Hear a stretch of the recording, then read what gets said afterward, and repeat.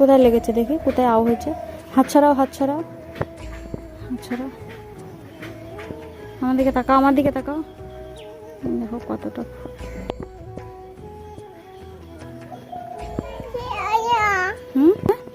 ব্যথা হয়েছে, ব্যথা হয়েছে। পড়ে গেছি, পড়ে গেছিলা। পেয়ারা খাবা? দাঁড়াও দিচ্ছি। কি হয়েছে তোমার, কোথায় ব্যথা হয়েছে? তো আমি রান্না করছিলাম, আমার বান্ধবীদের বাড়িতে ছিল, ওদের সিঁড়ি থেকে পড়ে গিয়ে অনেকটা মাথা পুরো ফুলে গেছে, মানে শান্তি নেই, কোনো জায়গায় পাঠিয়েও শান্তি নেই। কি বলবো, দেখো অনেকটা ফুলে গেছে, পুরো রক্ত জমে রয়েছে ওই জায়গাটা। তো ওদের বাড়ি থেকে ওই বরফ দিয়েছে। এখন তাও মানে ওদের ছাদে যে পেয়ারা গাছ আছে না, দুদিন নিয়ে গেছিলাম, সেটা দেখেছে, এখন দেখে বলছে যে পেয়ারা খাবে, গাছ থেকে পেড়ে খাবে। ঘরে রয়েছে সেগুলো খাবে না, গাছ গাছ তাই করছে। কোথায় ব্যথা হয়েছে দেখো, অনেকটা ফুলে গেছে। আমার না এইসব দেখতে আমার একদম ভালো লাগে না। ছোট থেকে পড়ে পড়ে পড়ে পড়ে মানে মাথায় বেশি লাগতো। দেখিস না, ইস রে কতখানি ফুলে গেছে। দেখি এদিকে তাকাও। ইস, তুমি কেন গেছিলা তাই বলো আগে, কেন গেছি? ওদের ছাদের সিঁড়িতে কেন উঠেছিলা? এখন অনেকগুলো জামা কাপড় ভিজানো আছে, জামা কাপড় কটা কাচবো। বেশি একটা রোদ নেই, তাই ভাবছি মানে সব সব জামা কাপড় ভিজাইনি। কালকে বিয়ে বাড়িতে যেসব পরে গেছিলাম সেসব কিছুই ভিজাইনি। ভাবলাম যে আগে ছেলে পেলের কটা কেচে নিই, তারপরে আমারগুলো আমি কালকেও কাচতে পারবো। আর প্রচণ্ড গরম দিচ্ছে, মনে হচ্ছে বৃষ্টি আসবে। উফ। সুপ্রভাত তোমাদের সবাইকে, কেমন আছো তোমরা সবাই? আশা করি যে যেখান থেকে আমার ভিডিওটা দেখছো তোমরা সবাই অনেক অনেক ভালো আছো, সুস্থ আছো, আর আমিও ভালো আছি। কালকে গিয়েছিলাম বিয়ে বাড়িতে, তাই আজকে নর্মাল খাওয়া দাওয়া করব। তার জন্য একদম সিম্পল রান্না করছি, ঘরে থাকা মসুরির ডাল আর তোমার আলু সেদ্ধ আর পাঁপড় ভাজা। তো এইগুলোই আমি রান্না করেছি, একদম সিম্পল রান্না। কালকে অনেক রাত্রে বাড়ি এসেছি, রাত 12টা বেজে গেছে বাড়ি আসতে আসতে। আর গাড়িতে গেছি, গাড়িতে এসেছি, আর আমি তো গাড়িতে উঠতে পারি না, আমার খুব অস্বস্তি লাগছিল। আর একটুখানি মনে থাকলে মানে গাড়িতেই বমি হয়ে যেত, কারণ এই বমি বমি ভাবটা যাওয়ার সময় বেশি লাগছিল, পুরো অস্থির লাগছিল। আমি গাড়ি থেকে অনেক কবার নেমে চলে এসেছি যাবো না জন্য। বান্ধবীরা জোর জবরদস্তি আমাকে বলেছে চ তুই না গেলে আমি যাব না, তো এরকম করে আমাকে নিয়ে গেছে। আর কেন অস্বস্তি বেশি লেগেছে তোমাদেরকে বলছি, কারণ বাবু প্রচণ্ড জ্বালাচ্ছিল, কারণ রাত 9টার সময় গাড়ি ছেড়েছে, আর আমার বাবু সন্ধ্যা 7টার মধ্যে কিন্তু ঘুমিয়ে পড়ে।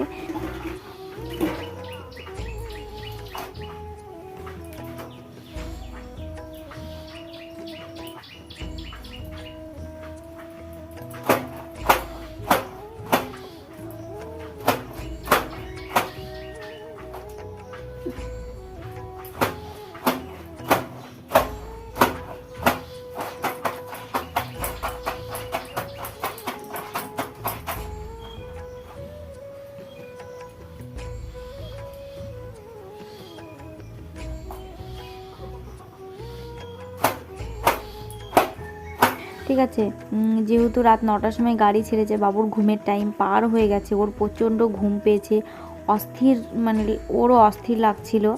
আমাকে তো পুরো গাড়ির ভেতরে পুরো জ্বালিয়ে পুড়িয়ে একদম পুরো মানে খুব জ্বালাচ্ছিল আর কি। সেইটুকু টাইমই বেশি কান্নাকাটি করছিল। তারপরে কিন্তু মানে বিয়ে বাড়িতে গিয়ে কিন্তু আর অতটা জ্বালায়নি, একদম চুপচাপই ছিল। মানে গাড়িটা তো তখনও ছাড়েনি, গাড়ির ভিতরে সবাই বসেছিল, প্রচণ্ড গরম ছিল, ঠিক আছে, ভ্যাপসা গরম। তার উপরে বাবু ওরকম ঘুমানোর জন্য জ্বালাতন করছে, আমিও পুরো অস্থির হয়ে গেছি, বাবু অস্থির হয়ে গেছে, প্রায় দুজনাই প্রায় অসুস্থ হয়ে গেছি। তো এই করে করে তো গেলাম কোনো মতে, গিয়ে তোমার রাত 12টা বাজে আমরা তখন বাড়ি আসি। তো তার জন্য ঘুম থেকে আজকে উঠতে একটু লেট হয়ে গেছে। তো উঠে ভাবলাম যে নর্মাল রান্নাই করি, ডাল আলু সেদ্ধ আর হচ্ছে তোমার পাঁপড় ভাজি।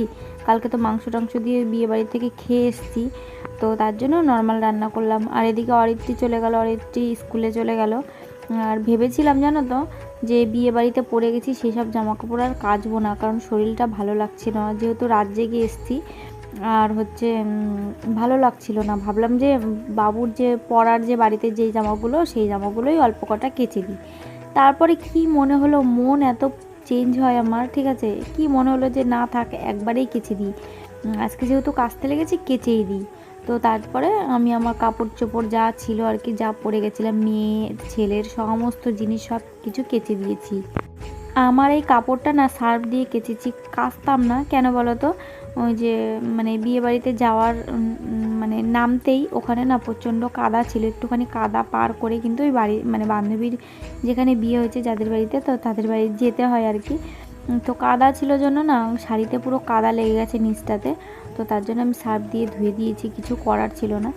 তো এদিকে দেখো জামা কাপড় তো অনেকগুলোই কাচলাম, বাড়ির ভেতরে মেললাম, আর তারপরে চলে যাচ্ছি এই যে এদিকটাই মেলতে, কারণ আজকের ওয়েদারটাও না মেঘলা মেঘলা মনে হচ্ছে, যে কখনো কখনো যে হয়তো রোদ উঠবে, আবার কখনো কখনো মনে হচ্ছে যে মনে হয় না যে রোদ উঠবে, কারণ প্রচণ্ড গরম, মনে হচ্ছে যে আবারও হয়তো বৃষ্টি আসবে।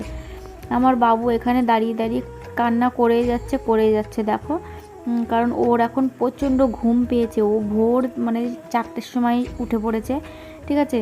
ওকে খাওয়ানো হয়নি, ওকে খাওয়াতে হবে, তো খাওয়িয়ে তারপরে ভাবছি স্নান করিয়ে একবারে ঘুম পাড়াবো। ওর তো আর তর্স হয়েছে না, ও ঘুমাতে পারলে গা বাঁচে, ঠিক আছে। তার জন্য প্রচণ্ড কান্নাকাটি করছে, আমি ওখানে জামা কাপড় মেলতে গেছি, ওর আর সহ্য হচ্ছে না, তো এসে তাড়াতাড়ি করে কোলে নিলাম, তারপরে গা একটুখানি শান্ত হলো। আমি তো ভাবছিলাম আমিও যেহেতু রাত জেগে এসেছি, আমারও শরীরটা ভালো লাগছে না, সেই কখন উঠেছি, তো ভাবছি কি আমি কাজগুলো গুছিয়ে নিই, তারপরে বাবুকেও স্নান করাবো, আমিও স্নান করব, করে একসাথে দুজন মিলে ঘুমাবো। তো এদিকে বাবুর তো তর্স হয়েছে না, কি করব, তো ওকে খাওয়াবো, ওকে ফোন চালিয়ে ঘরে রেখে এসেছি, এত পরিমাণে কান্নাকাটি করছে। আমি রান্নাঘরে এসেছি কেন বলো তো, আমার একটু রান্নাঘরে দরকার আছে, মানে মটর নিয়ে এসছে, মটরটা ভিজাবো, কারণ রাতে আজকে তো সকালবেলায় দেখলে কীরকম নর্মাল রান্না করেছি, রাত্রে ভাবছি রুটি আর ঘুগনি বানাবো। অনেক দিন ধরে আমার ইচ্ছা করে জানো তো, যে রুটি যেহেতু বানাই, তো আমার আবার রুটি তরকারি দেওয়া অতটা ভালো লাগে না, ঘুগনি দিয়ে তবু একটু ভালো লাগে, তো মিষ্টি জিনিস দিয়ে বেশি ভালো লাগে আমার রুটি খেতে, ঠিক আছে।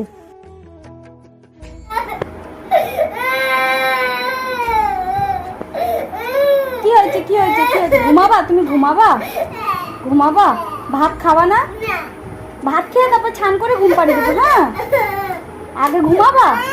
আচ্ছা ঠিক আছে চলো ছান করে আসি, তাহলে চলো ছান করে আসি চলো।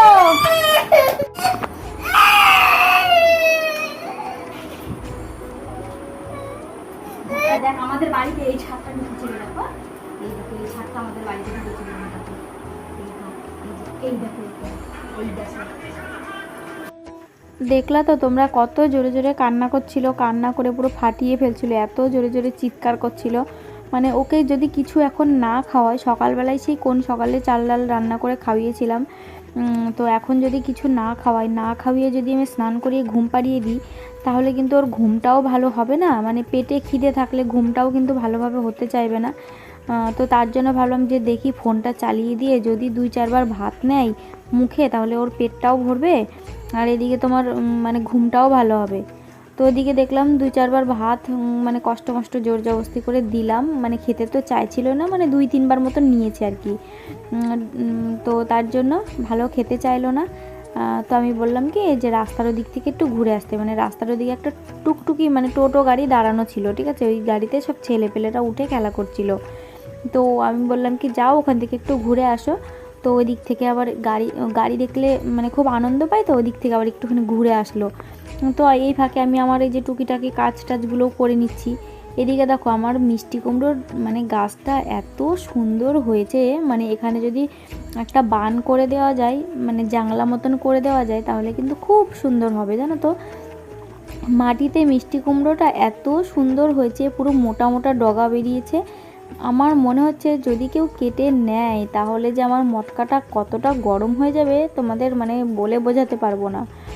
তো এদিকে দেখো আমার ওষুধ ছিল, খাওয়া দাওয়া করে যে ওষুধ খেয়ে নিলাম, এটা হচ্ছে কিসের ওষুধ বলছি, আমার যে দাঁত টাইপের একটা মানে রোগ আছে, ঠিক আছে, একটা জায়গায়, তো আজ থেকে 7-8 বছর আগেকারের পুরনো রোগ, এর আগে স্কিনের ডাক্তার দেখিয়েছিলাম, তো কিছু হয়নি, তো সেদিনকে তো দেখলাই তোমরা, আমি হসপিটালে গেছি।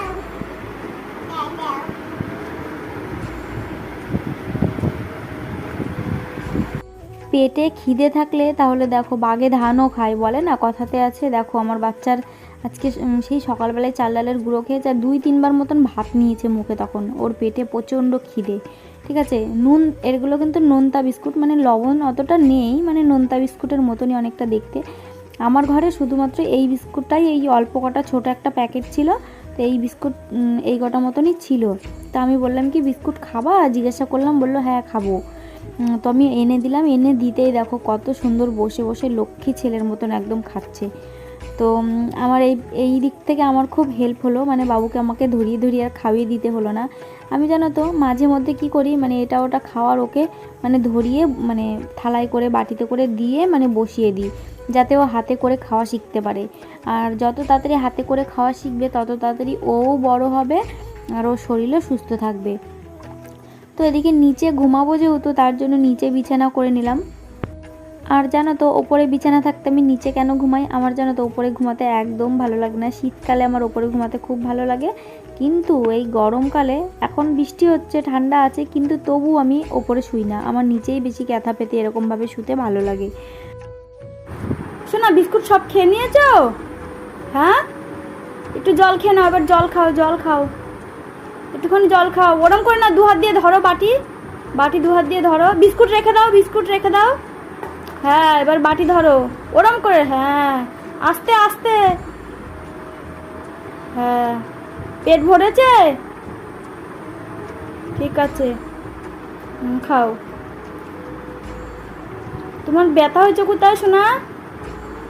এই পাশে, এই পাশে। হ্যাঁ, তুমি পড়ে গেছিলা সিঁড়ি থেকে?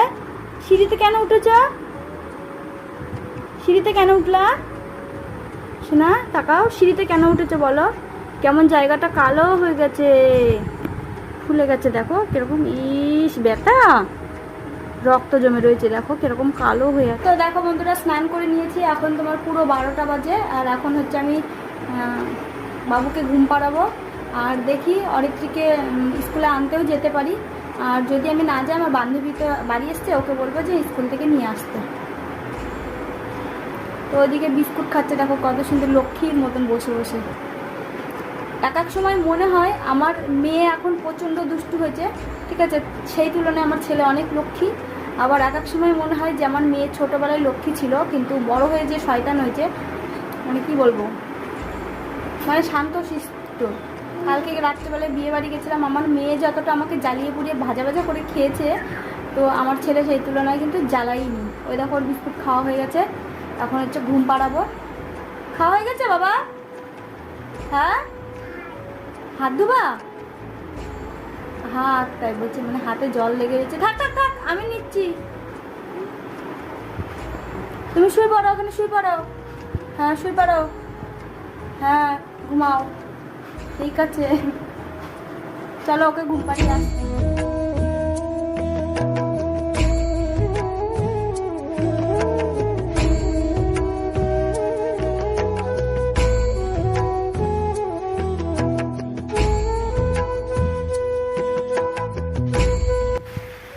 তো বন্ধুরা, এসেছিলাম বান্ধবীদের বাড়িতে ছাতা দিতে, মানে মেয়ে স্কুলে আছে, তো এদিকে বাড়িতে কেউ নেই, মানে ছেলে একা একা আছে, তো আমি আনতে যাব না, তো বান্ধবী যাবে, ওকে বললাম যে ছাতাটা নিয়ে যা, ওকে ছাতাটা ফুটিয়ে দিবি, ওর সাথে চলে আসবি। তো আজকে তার জন্য আর গেলাম না। আর ছেলে একা আছে, কারেন্ট নেই আজকে, মানে 1-1.5 ঘন্টা হয়ে গেছে কারেন্ট নেই, আর বাড়িতে কেউ নেই যে দেখবে। তো আমি যদি স্কুলে চলে যাই ওকে আনতে, সৌভাগ্য এদিকে উঠে খুঁজে বেড়াবে আমাকে, ও তো ছোটো মানুষ। তো বান্ধবীকে দিতে এসেছিলাম ছাতা, বললামই তো তোমাদের, অরিত্রী স্কুলে গেছে আর ও ওর মেয়েকে আনতে যাবে, মানে বান্ধবীর মেয়েকে আনতে যাবে। তো আমি বলছি বাবু একা ঘুমানো আছে ঘরে, তাহলে তুই যা, আর ওই যে ছাতাটা দেখতে পাচ্ছি দিয়ে দিলাম, যে যদি বৃষ্টি আসে ওকে একটু ছাতাটা ফুটিয়ে দিস, ও একা একাই বাড়ি চলে আসবে।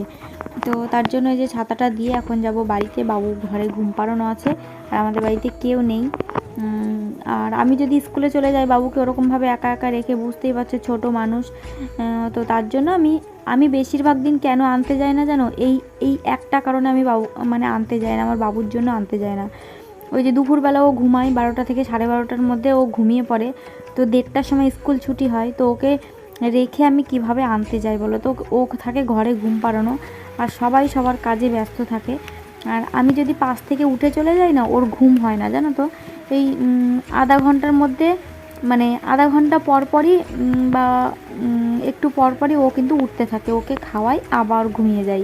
তো এরকম করি, কার কার বাচ্চা কিভাবে ঘুমায় আমি ঠিক জানি না, কিন্তু আমার দুটো বাচ্চাই এরকম করতো।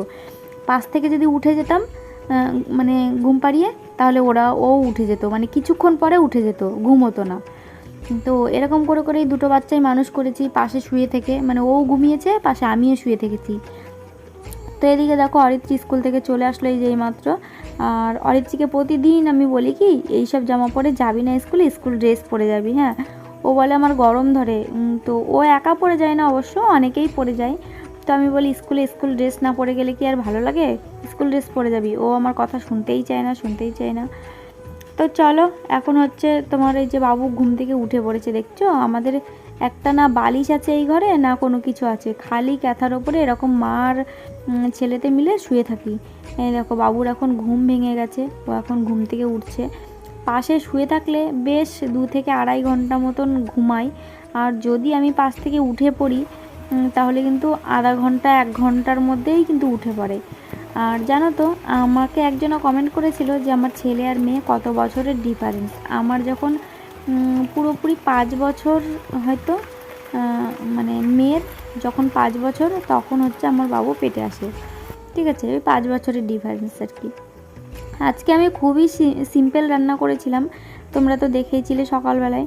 তো এদিকে আমার শাশুড়ি মা গেছে এক বাড়িতে রান্না করতে, তাহলে আমাকে তো বলে যেতে পারতো যে আমি রান্না করতে যাচ্ছি, তোমার শ্বশুরমশাইয়ের জন্য ভাত রান্না করো বা কিছু। আমি তো জানি না, ঠিক আছে, আমি আমাদের মতন নর্মাল রান্না করেছি আর আমাদের মতনও চাল নিয়েছিলাম। তো শ্বশুরমশাই দেখছি চলে এসছে, আমার শাশুড়ি মা হয়তো ভাত টাত আনতেও পারে, কিন্তু আমি তো জানি না এখন এই মুহূর্তে, মানে দেখছি না। তো আমি আবার অরিত্রীকে দিয়ে ভাত পাঠালাম, যা রান্না করেছি যা ছিল তাই দিয়েই ভাতটা পাঠালাম, কিছু করার ছিল না। তো এদিকে দেখো অরিত্রী চলে গেল ওই যে প্রাইভেটে, ওই পড়তে যাচ্ছে আর কি এখন 4টের সময়। দেখেছো কত জোরে জোরে বৃষ্টি হয়ে গেছে, এইমাত্র বৃষ্টি হলো। আর যতদিন না বর্ষাকালটা যাচ্ছে ততদিন উঠোন বাড়িঘরের অবস্থা ঠিক এরকমটাই থাকবে, কারণ বর্ষা না গেলে পরে উঠোন বাড়িঘর ভালো হবে না। এদিকে এখন হয়ে গেছে সন্ধ্যা, আর আমি প্রতিদিনই সন্ধ্যাবেলা এখন চেষ্টা করি চুলটাকে বেঁধে রাখার, কারণ আমি এখন বেশ কয়দিন ধরে আর কি চুলের খুব যত্ন নিচ্ছি, ঠিক আছে, চুলটাকে একটু ভালো মতন কেয়ার করছি। তো তার জন্য চুলটাকে প্রতিদিন সন্ধ্যাবেলা এইভাবে বিনুনি করে বেঁধে রাখছি। চুলটা হয়ে গেছে অনেকটাই লম্বা, কিন্তু চুলটা মানে পাতলা, ঠিক আছে, ও চুল উঠে পুরো শেষ হয়ে গেছে। বিশেষ করে বললাম না চুল স্ট্রেটনিং করিয়েছিলাম, তো তারপর থেকে চুলটা উঠে এরকম অবস্থা হয়ে গেছে। তো দেখো কতটা চুল লম্বা হয়েছে, একদম পুরো মাজা ছাড়িয়ে হয়তো হয়ে গেছে, বা মাজা পর্যন্ত। চুলগুলো যদি একটু গোছে থাকতো বা চুলের দানাগুলো যদি একটু মোটা হতো তাহলে কত চুল হতো বলো তো মাথায়। তো চুল উঠে যাচ্ছে জন্য খুব আফসোস, ঠিক আছে, আমার ভালো লাগছে না, তো তার জন্য চুলের খুব যত্ন করছি। আর এখন এই যে রাত্রিবেলায় বানাচ্ছি রুটি, আর এখন প্রায় দিনই আমি রুটি বানাই, ঠিক আছে। আগে রুটি খেতে অতটা পছন্দ করতাম না, রুটি একদমই ভালো লাগতো না, এখন টুকটাক শিখছি রুটি খাওয়া। আমার মনে হয় রাত্রেবেলায় রুটি খাওয়াটাই এখন ভালো, কিন্তু খুব খিদে লেগে যায় জানো তো, রুটি খেয়ে আমার মানে মনে হয় কি পেট ভরে না, খুব খিদে লেগে যায় অর্ধেক রাত্রে তো দূরে থাক, সকালবেলায় এত খিদে পেয়ে যায় রুটি খাওয়ার পরে। তো তোমাদেরকে কি বলবো, ওই ভাত হতে তোমার 10টা 10:30 বেজে যায় রান্না করে উঠতে। সকালবেলায় কোনো দিন চাটা খাই, আর না হলে কোনো দিন খাওয়াই হয় না। ওই তোমার রাত্রে রুটি খেয়ে সকাল 10টা 10:30 বেজে যায় ভাত টাত খেতে। তো তার জন্য কি বলবো, আগে তো একদম রুটি খেয়ে সহ্য হতো না, বিয়ের আগে তো রুটি খেলেই আমার মনে মানে আমাশা টাইপের হয়ে যেত, ঠিক আছে। এখন তবুও টুকটাক শিখেছি। আর এদিকে দেখো বানাচ্ছি ঘুগনি, আর ঘুগনিটা নিরামিষ করে বানাচ্ছি না, পেঁয়াজ রসুন আদা জিরে গরম মশলা সব কিছু দিয়েছি।